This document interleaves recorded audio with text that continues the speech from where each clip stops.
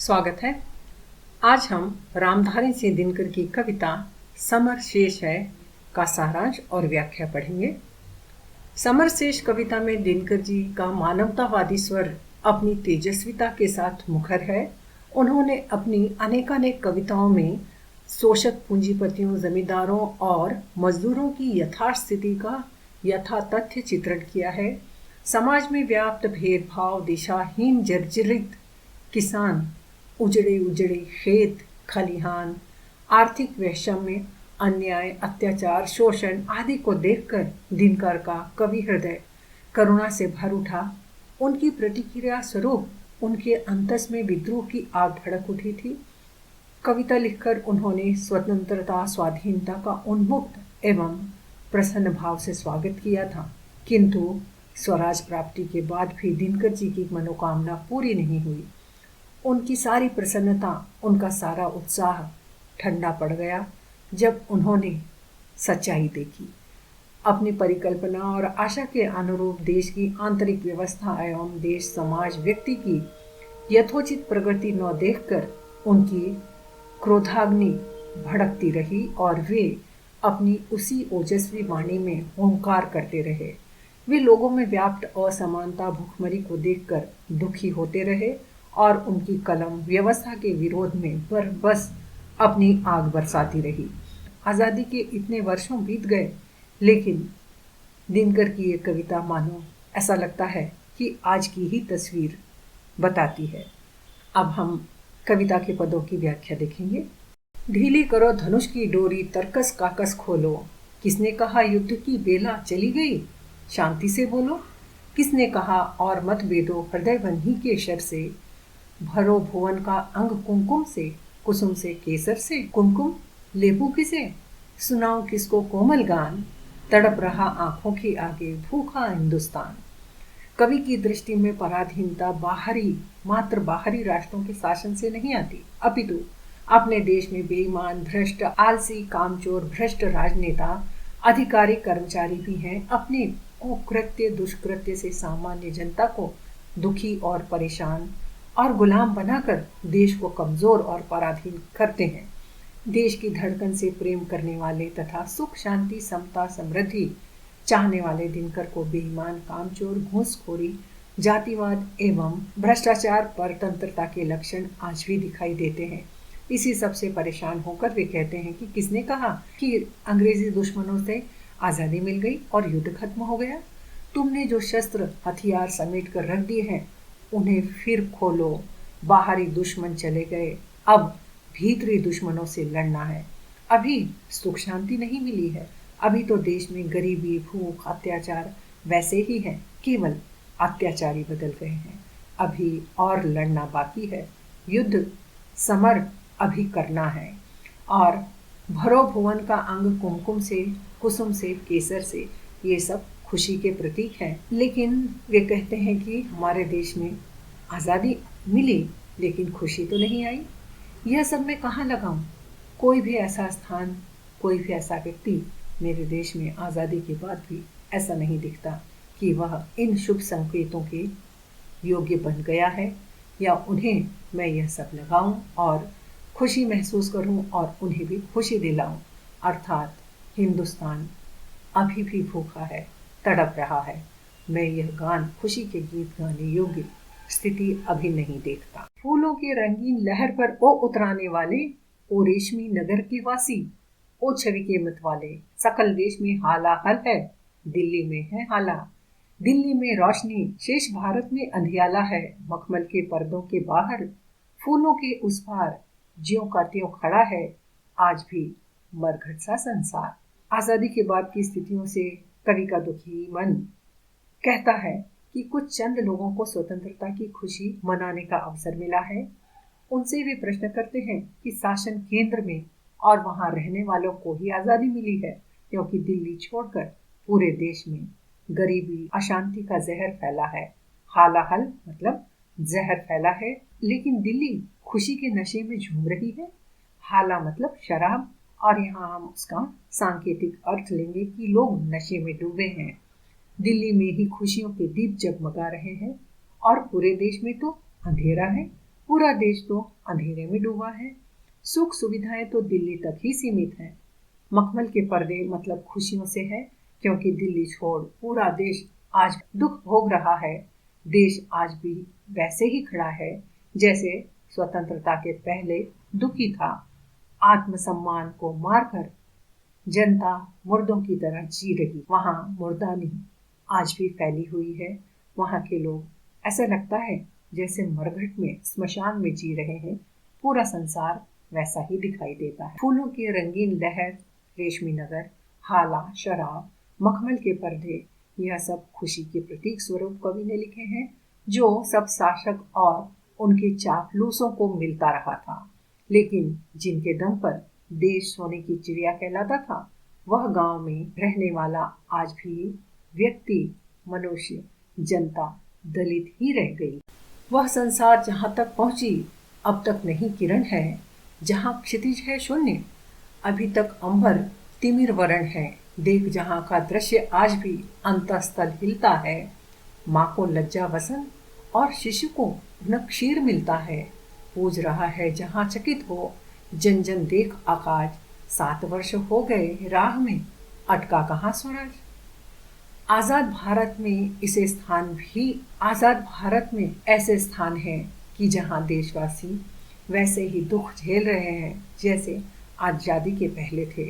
वहां अब तक कष्टों का अंत नहीं हुआ है, केवल अत्याचारी बदले हैं। अत्याचार करने वाले, शोषण करने वाले लोग बदल गए हैं। अब भी अज्ञानता का अंधेरा धरती से आकाश तक फैला हुआ है, क्षितिज तक, अर्थात जहां तक नजर दौड़ाए वहां तक वैसा ही अज्ञानता का अंधेरा दिखाई देता है। इस देश में एक तरफ गरीबी इतनी है कि शरीर ढकने के लिए कपड़ा नहीं है, और बच्चे को पिलाने के लिए माँ के स्तन में दूध नहीं है। उसे ठीक से खाना नहीं मिलता कि वह बच्चे का पेट भर सके, अपने दूध से भर सके। जनता भ्रम में है और वैसे ही भ्रमित होकर देश की पूजा कर रहा है। आश्चर्यचकित होकर लोगों की अकर्मण्यता देख रहा है। देश को स्वराज मिले 7 वर्ष हो गए, लेकिन परिस्थितियों में कोई अंतर नहीं लगता है।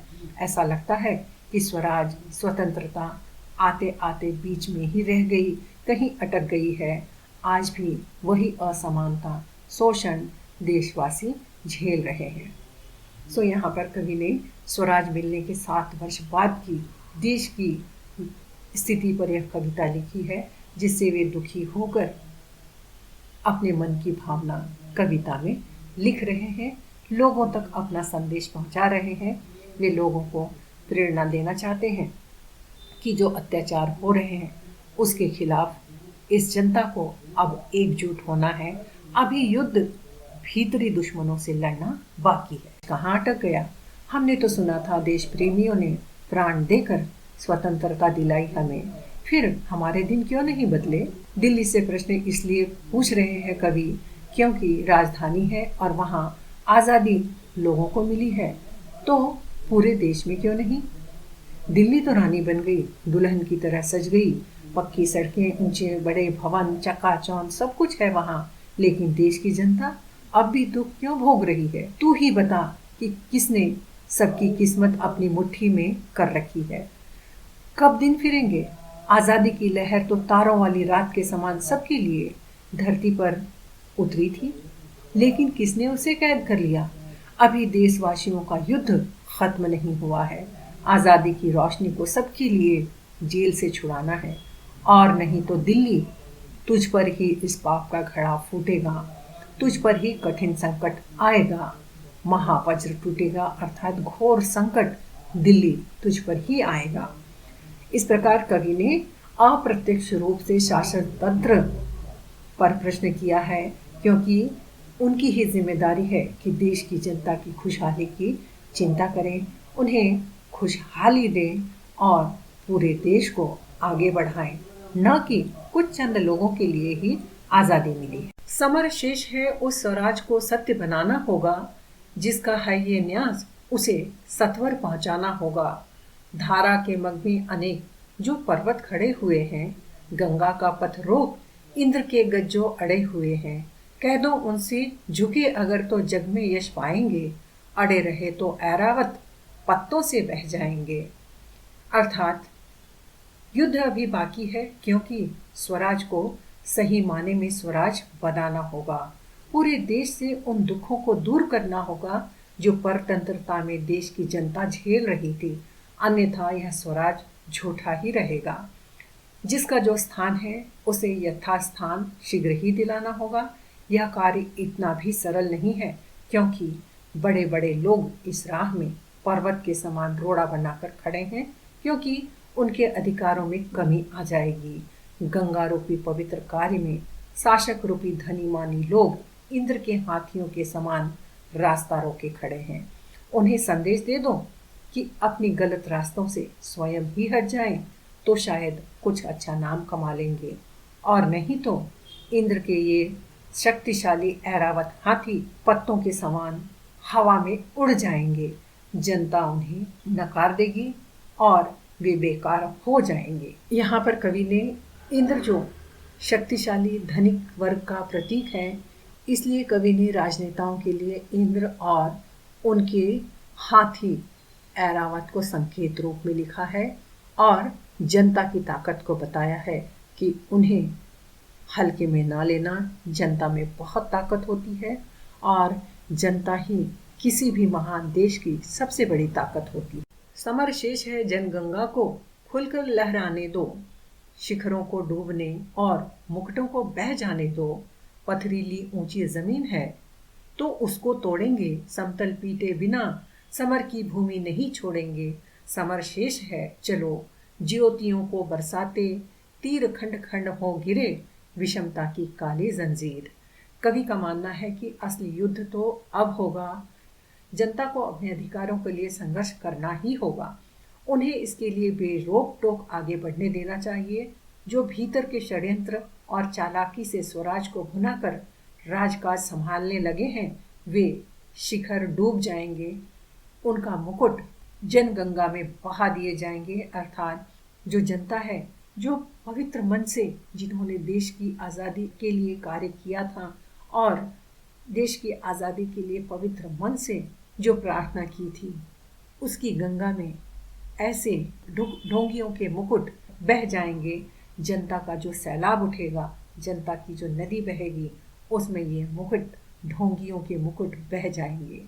इस रास्ते में कितनी भी रुकावटें आए, सबका सामना करेंगे और इस ऊबड़ खाबड़ धरती को, अर्थात इतनी विषमताओं से भरी इस धरती को हम समतल बनाएंगे।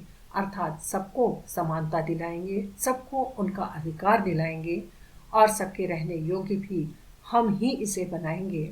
षड्यंत्र के विरोध में प्रकाश के तीर चलाकर असमानता को हम दूर करेंगे। यह काली जंजीर अगर तोड़ी नहीं तो वह इसी तरह आगे ही बढ़ती जाएगी और जिसे रोकना मुश्किल हो जाएगा। यहाँ पर कवि ने जनता की भीड़ की तुलना जनगंगा से की है। उच्च पदों पर बैठे शासकों के प्रति आक्रोश, अधिकारों को जीत हुए बिना हार नहीं मानेंगे, और काली जंजीर अर्थात यह एक तंत्र है जो पूरे देश में फैला है, उसे तोड़ देंगे। समर शेष है अभी मनुज भक्षी होंकार रहे हैं, गांधी का भी रुधिर जवाहर पर फुफकार रहे हैं। समर शेष है अहंकार इनका हरना बाकी है, वृक्क को दंतहीन अहि को निर्विष करना बाकी है। समर शेष है शपथ धर्म की लाना है, वह काल विचरे अभय देश में गांधी और जवाहरलाल। कवि कहते हैं कि युद्ध अभी बाकी है, क्योंकि स्वराज मिलने के बाद भी मनुष्यों का खून पीने वाले, शोषण करने वाले पापी अभी भी जीवित हैं। वे अभी भी वही कार्य कर रहे हैं।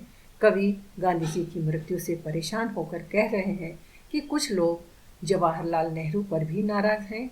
युद्ध अभी भी बाकी, क्योंकि देशद्रोहियों का घमंड हमें अभी तोड़ना है। वृक्क अर्थात भेड़िए, गीदड़, जिनके दांतों में अत्याचार का खून लगा है, उनके दांत तोड़ना है और सांपों को विषहीन करना है। युद्ध अभी बाकी है, क्योंकि मानवता के धर्म की शपथ अभी लेना है। वह समय लाना है कि सभी निर्भय होकर रह सकें, निडर होकर घूम सके। वही नेता जो पथ भ्रष्ट हो रहे हैं, उन्हें अपना धर्म याद दिलाना है। इसके लिए जनता को ही युद्ध करना पड़ेगा, और वे जनता से आह्वान कर रहे हैं कि समर शेष है, अर्थात युद्ध करना अभी बाकी है, युद्ध अभी समाप्त नहीं हुआ है।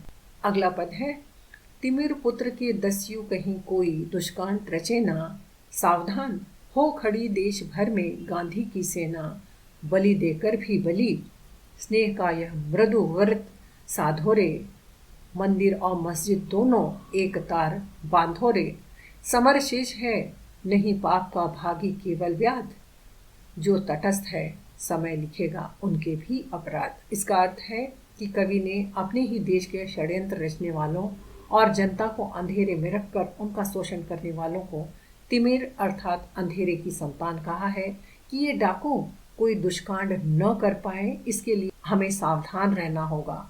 गांधी जी के अहिंसा के मंत्र को देश भर में प्रचारित करना होगा, आपसी प्रेम भाव भाईचारा का पाठ पढ़ाना होगा, हमें जो हिंदू मुस्लिम कहकर बांट दिया गया था वह दूरी हमें ही दूर करना है। इसलिए कवि ने हिंदू मुस्लिम को एक तार में बांधने को कहा है कि आपसी प्रेम से वह तार बांधना होगा। अंतिम पद में कवि ने बहुत ही विशेष बात कही है कि अपराध के समय केवल शिकार करने वाला ही अपराधी नहीं होता, बल्कि अपराध होते देखकर चुप रहने वाला भी उतना ही अपराधी है, और यह अपराध समय के पन्नों पर अंकित हो जाएंगे, अर्थात इतिहास के पन्नों पर उनका नाम काले अक्षरों में लिखा जाएगा। जो अत्याचार को देखकर चुप रहे, उसके खिलाफ सक्षम होते हुए भी आवाज नहीं उठी। अब हम अगली पाठ्य सामग्री की ओर आगे बढ़ते हैं कि आपको प्रश्न पत्र में पहला प्रश्न आता है, निम्नलिखित प्रश्नों के उत्तर एक शब्द या वाक्यांश में लिखिए। जिसके लिए यहाँ पर इस कविता पर आधारित कुछ प्रश्न मैंने तैयार किए हैं और जिनके उत्तर भी लिखे हैं, और यह प्रश्न उत्तर आपको सारांश लिखने में भी सहायता करेंगे और ससंदर्भ व्याख्या करने में भी सहायता करेंगे, और यहाँ आपको इन प्रश्नों के उत्तर एक शब्द में ही लिखने होते हैं, इस बात का आपको ध्यान रखना है। और इसके बाद हम अगले चरण में पहुंचते हैं। दूसरा प्रश्न आता है, ससंदर्भ व्याख्या कीजिए। आपको पूरी किताब में से 3 प्रश्न दिए जाएंगे जिनमें से आपको ससंदर्भ व्याख्या करनी होती है। तो यहाँ आप वीडियो के पहले भाग का सहारा ले सकते हैं। और तीसरा प्रश्न आता है, कविता का सारांश लिखकर उसकी विशेषताओं पर प्रकाश डालिए। तो यहाँ पर आप देख रहे हैं कविता का सारांश बिंदु रूप में पॉइंट वाइज बना दिया गया है, जिससे आपको पूरी सहायता मिल सकती है। और चौथा प्रश्न आता है, टिप्पणी लिखिए। निम्नलिखित में से किसी एक पर टिप्पणी लिखिए। तो आपको 2 शीर्षक दिए जाएंगे, उसमें से एक पर टिप्पणी लिखना होगा। तो आप देख रहे हैं टिप्पणी लिखने का फॉर्मेट आप देख रहे हैं कि जो भी आपको 2 शीर्षक दिए जाते हैं टिप्पणी लिखने के लिए, सबसे पहले जो भी प्रश्न आप टिप्पणी लिख रहे हैं उसका शीर्षक लिखिए। उसके बाद उस शीर्षक का परिचय लिखेंगे कि यह हमारी पाठ्य पुस्तक का नाम लिखिए। उसके बाद कविता और कवि का नाम लिखिए, और एक संक्षिप्त रूप से उस शीर्षक के विषय में कविता के आधार पर आपको टिप्पणी तैयार करना है, जो 5 अंक के लिए एक प्रश्न होगा, जिसे आप यहाँ पर देख रहे हैं। इस प्रकार छात्रों, यह पाठ्य सामग्री पूरी होती है। मुझे आशा है आपको यह जरूर उपयोगी होगी।